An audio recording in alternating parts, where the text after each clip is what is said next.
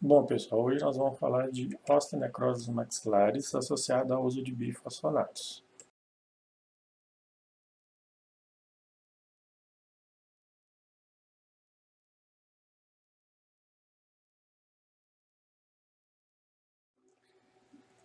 Bifosfonatos são drogas também chamadas de antirreabsortivas. O que essas drogas fazem? Elas vão impedir ou vão controlar a perda de osso. São pacientes que normalmente vão ter osteoporose, vão ser pacientes que têm metástase óssea de tumores malignos, principalmente tumores de mama, próstata e pulmão. Vão ser pacientes com mieloma múltiplo, que é um tumor também maligno do tecido ósseo. Vão ter a doença apagia do osso e hipercalcemia maligna. Qual que é o mecanismo de ação dos bifosfonatos? Eles vão inibir o recrutamento e a diferenciação de células precursoras dos osteoclastos, então nós vamos ter menos osteoclastos. Ela também vai induzir a apoptose dos osteoclastos. O que é a apoptose? Seria a morte dos osteoclastos, de induzir a morte celular. Vai também inibir os osteoclastos que já estão ativos, e vai inibir a angiogênese. O que seria isso? Vai ter menos tecido vascular nessa região. E por último, também vai induzir os queratinócitos à apoptose. Queratinócitos são as células que tem na mucosa. Nós podemos dividir os bifosfonatos de acordo com sua via de administração. Os que são de via oral e de via venosa. Normalmente, os de via oral vão ser para o tratamento da osteoporose e das osteopenias. Os de uso venoso, de via endovenosa, vão ser aqueles medicamentos que vão ser usados nas metástases ósseas, nos tumores malignos. Tá? Aqui a gente tem alguns exemplos, né? O Aredia, o Zometa e o alendronato de sódio. Todos eles são representantes desse grupo de drogas chamados de bifosfonatos. Existe uma outra droga, a denosumab, que tem o mesmo efeito dos bifosfonatos. Só que essa droga só existe por via venosa. Também ela faz o mesmo efeito sobre o tecido ósseo, vai lá impedir e controlar aquela reabsorção óssea e é também usada para o tratamento das mesmas doenças. Osteoporose, as metástases ósseas, o mieloma, hipercalcemia, tá? Aqui tem dois exemplos dessa droga, o Prolia e o X-Geva. Bom, nesse quadro aqui a gente vai observar a potência relativa de cada droga. Normalmente, os de via oral têm uma potência menor e os de via venosa vão ser mais potentes.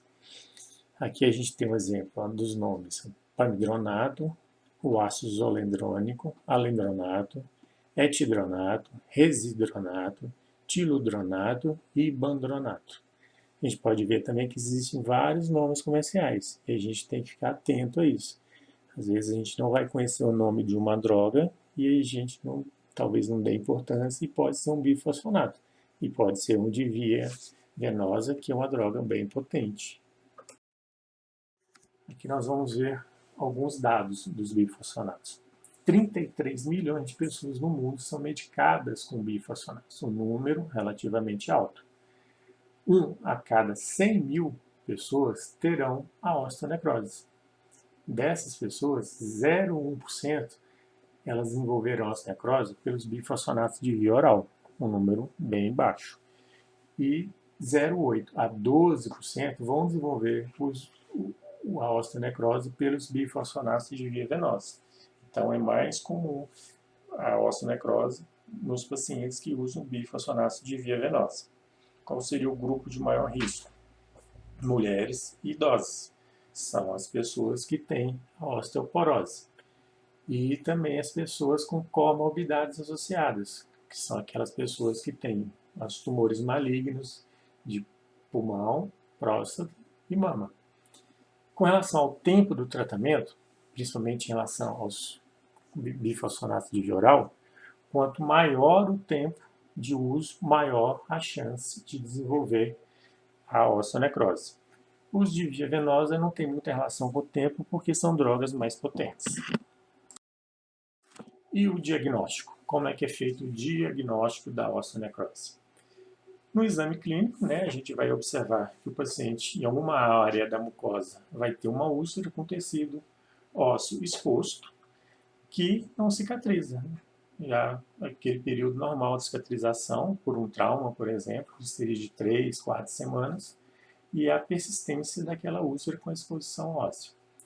O paciente vai ter um histórico de uso desse bifosfonato, ele faz uso ou já fez uso, está interrompeu o uso, mas tem um histórico de uso do bifosfonato, e deve ser um paciente também que não fez radioterapia prévia na região de cabeça e pescoço, porque senão ele teria não a osteonecrose, ele vai desenvolver a osteoradionecrose. E com relação aos sinais e sintomas, o que esse paciente vai apresentar? Ele vai apresentar exposição óssea, mais de 90% dos casos a gente vai observar exposição óssea, vai estar associada à dor, pode ter um edema, pode já ter uma fístula na pele, na região facial, já uns casos mais avançados, pode estar associado também à presença de pus, associado a uma infecção. Essa exposição óssea, ela pode estar relacionada a um procedimento odontológico prévio, algum tipo de cirurgia prévia que esse paciente fez. Ou então pode ser uma exposição óssea espontânea, tá? Apenas um trauma provocado por uma prótese total, por exemplo, sobre a mucosa, pode levar a uma úlcera e a uma exposição, sem nenhum procedimento odontológico prévio. Há uma maior predisposição para a mandíbula, para a ocorrência da osteonecrose, até pela vascularização da mandíbula, que é o osso mais compacto, menos vascular. Então, a chance de ocorrer osteonecrose da mandíbula é um pouco maior, e também em relação à espessura da mucosa. A mucosa que reveste a mandíbula é uma mucosa bem mais fina, que está mais sujeita a trauma e a ulcerar do que, por exemplo, a mucosa palatina, que é bem mais espessa. Aqui nessas imagens a gente consegue observar na primeira, aqui à esquerda, uma úlcera que não cicatriza, com exposição óssea após a remoção de um elemento dentário. Aqui na imagem central, uma úlcera palatina, provavelmente uma exposição espontânea por algum trauma. Na imagem superior, a gente vê uma barra de um protocolo que levou à perda de tecido mole, de tecido ósseo, com a exposição dos implantes. Um paciente que fez o uso de bifosfonato e foi submetido a implantes. E na foto inferior aqui do lado direito, a gente observa na região do molar, bem lá após ao tórax, que a gente observa a mucosa bem friável, bem fina. Provavelmente aqui também uma exposição espontânea por trauma na mucosa. Tá? Aqui a gente observa alguns aspectos clínicos da osteonecrose. Com relação, por exemplo, à doença periodontal. Um paciente que tem uma condição periodontal dessa, com a grande quantidade de cálculo, está mais propenso a desenvolver uma osteonecrose. Nessa imagem central aqui, essas exposições ósseas mais extensas, um quadro mais extenso, normalmente está associado a um bisfosfonato intravenoso, em paciente oncológico, nos quadros mais graves. E nessa imagem aqui do lado direito, a gente observa um quadro infeccioso associado à osteonecrose. Existe um estadiamento da osteonecrose. Em cima desse estadiamento, que a gente vai eleger qual tratamento que esse paciente vai necessitar. Existe aqueles doenças de risco, existe o estágio de 0 até o 3. Vamos ver de um por um. O primeiro estágio, então, é denominado doença de risco. São doentes sem exposição de osso necrótico. São pacientes que estão assintomáticos. Estão sendo tratados com aquelas drogas antirreabsortivas, por via oral ou intravenosa. E também são pacientes que estão sujeitos à terapia antiangiogênica. Drogas, por exemplo, para controlar um hemangioma. Então, são doentes de risco para a osteonecrose. O próximo estágio é o estágio 0. O que seria? São doentes sem evidência clínica de necrose óssea. Eles apresentam sintomas não específicos. Ele vai queixar de um desconforto na mandíbula, um desconforto, uma dor difusa na maxila, mas ele não consegue localizar bem essa dor, não é muito clara para ele. E a gente não vai ter nenhum achado clínico nem radiográfico. Estágio 1. Aí agora a gente já consegue ver alguma exposição óssea, alguma necrose óssea, uma fístula, mas porém continua assintomático, né, sem evidência de infecção. Estágio 2. Nós vamos ter aquela exposição óssea, uma área necrótica, com fístula ou não, só que o paciente já vai estar com alguma queixa dolorosa, alguma queixa de dor, vai ter algum sintoma, tá? E pode existir já evidência de alguma infecção. E por último, o estágio 3. São aqueles casos mais extensos, mais avançados. Nós vamos encontrar exposição óssea, necrose, fístula, paciente sintomático, com dor, edema, sinais claros de infecção. E tem que ter associado a isso mais alguma outra evidência, por exemplo, uma fratura patológica já na mandíbula, uma fístula extraoral, uma comunicação oroantral ou oronasal, uma osteólise que vai se estender ao bordo inferior da mandíbula ou então ao seio maxilar. A gente vai ver nesses casos aquela grande exposição óssea com grande quantidade de osso exposto. Aqui então, para a gente exemplificar o estágio 1, na imagem aqui intraoral a gente vai observar, não é, uma área com osso exposto, uma área ulcerada, paciente sem queixa de dor, história de extração prévia, recente, e no aspecto radiográfico a gente observa ali o espaço do alvéolo que ainda não teve a formação óssea completa. Aqui no estágio 2, a gente consegue observar aqui, ó, na foto intraoral, na região de pré-molar e molar, tanto superior como inferior do lado esquerdo e do lado direito. Uma exposição óssea, com retração gengival extensa nos inferiores. Tá? Radiograficamente, a gente não vê grandes alterações, só uma perda óssea horizontal na região dos molares, mais evidente nos molares superiores. Aqui a gente também não vê, nesse estágio, né, aquela infecção evidente, paciente com bastante osso exposto, com uma certa sintomatologia. Aqui então no estágio 2, nessa imagem clínica aqui intraoral, a gente observa grande exposição óssea, tanto em maxila e mandíbula, na área de pré e molar superior e inferior, lado esquerdo e direito, paciente com halitose, paciente com sinais de infecção, com dor, um quadro característico do estágio 2. Na imagem radiográfica, a gente vai observar a perda óssea horizontal na região de molares e premolares, principalmente nos superiores. E por último aqui o estágio 3, a gente vai observar aquela grande exposição, né, de tecido ósseo, grande área necrótica, sinais de infecção, secreção purulenta, sangramento, odor fétido, tudo isso caracterizando o estágio 3.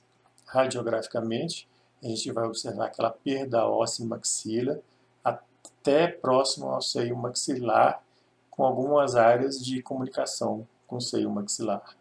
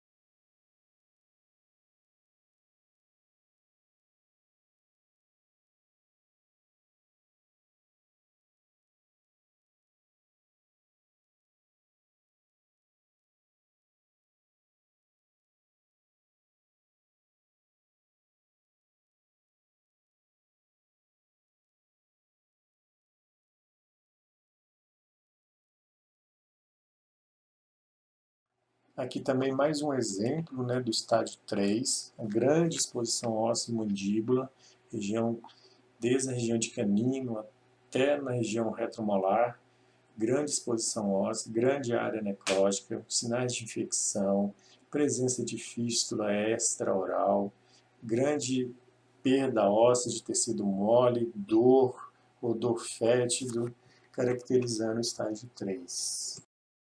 Quais seriam, então, os diagnósticos diferenciais de uma osteonecrose?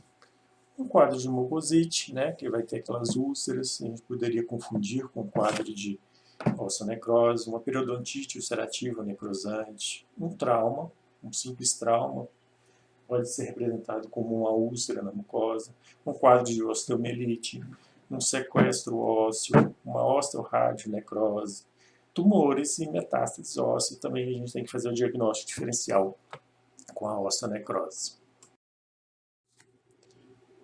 Nós temos também à disposição alguns exames complementares para ajudar a fechar o diagnóstico da osteonecrose.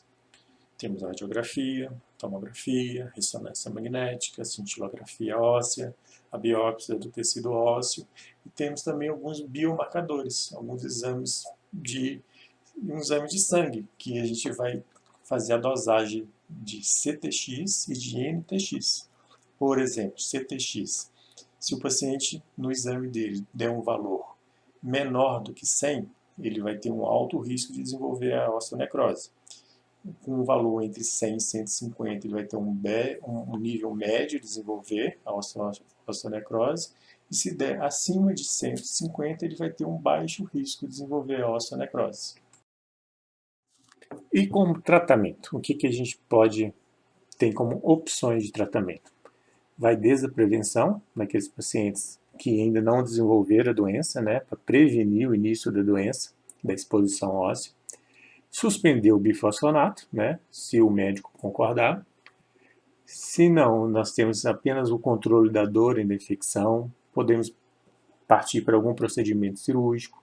Temos a clorexidina também como aliado. Terapia com laser de baixa potência, laser terapia. Temos a oxigenoterapia hiperbárica, que é submeter o paciente a oxigênio sob alta pressão. Isso é feito em câmeras sob pressão, que o paciente entra e fica lá dentro, como se fosse uma panela de pressão, e ele recebe esse oxigênio sob pressão. Existe a ozonioterapia, que é também uma outra forma de terapia, à base de um gás, ozônio, e tem também, coligado com a cirurgia, ao plasma rico em plaquetas, para ver se acelera o processo de cicatrização. Bom, o manejo do paciente vai depender em que situação ele se encontra. Existe aquele paciente que ainda vai fazer uso do bifosfonato.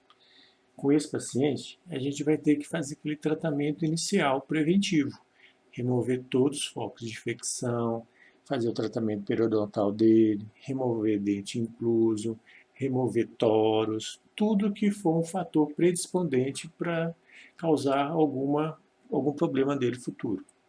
Além disso, orientar esse paciente sobre o risco que ele vai ter usando esse bifosfonato, né? E ele tem que ter está ciente que ele tem que ter um controle rigoroso dessa saúde bucal dele. Já no paciente que está em uso do bifosfonato, mas está sem lesões, a gente vai ter que prevenir as lesões espontâneas. Lembra que eu falei que mesmo um paciente que não é submetido a procedimento odontológico, ele pode vir a ter lesões espontâneas, principalmente aqueles pacientes que fazem uso de prótese dentária removível, total e parcial. As dentaduras, os rotos, né, que podem causar um trauma na mucosa, e esse trauma leva a uma exposição óssea que não cicatriza. Além disso, esse paciente tem que ter também aquela manutenção periódica, visita ao dentista, manter a saúde bucal adequada. O tratamento odontológico não cirúrgico é realizado normalmente nesses pacientes.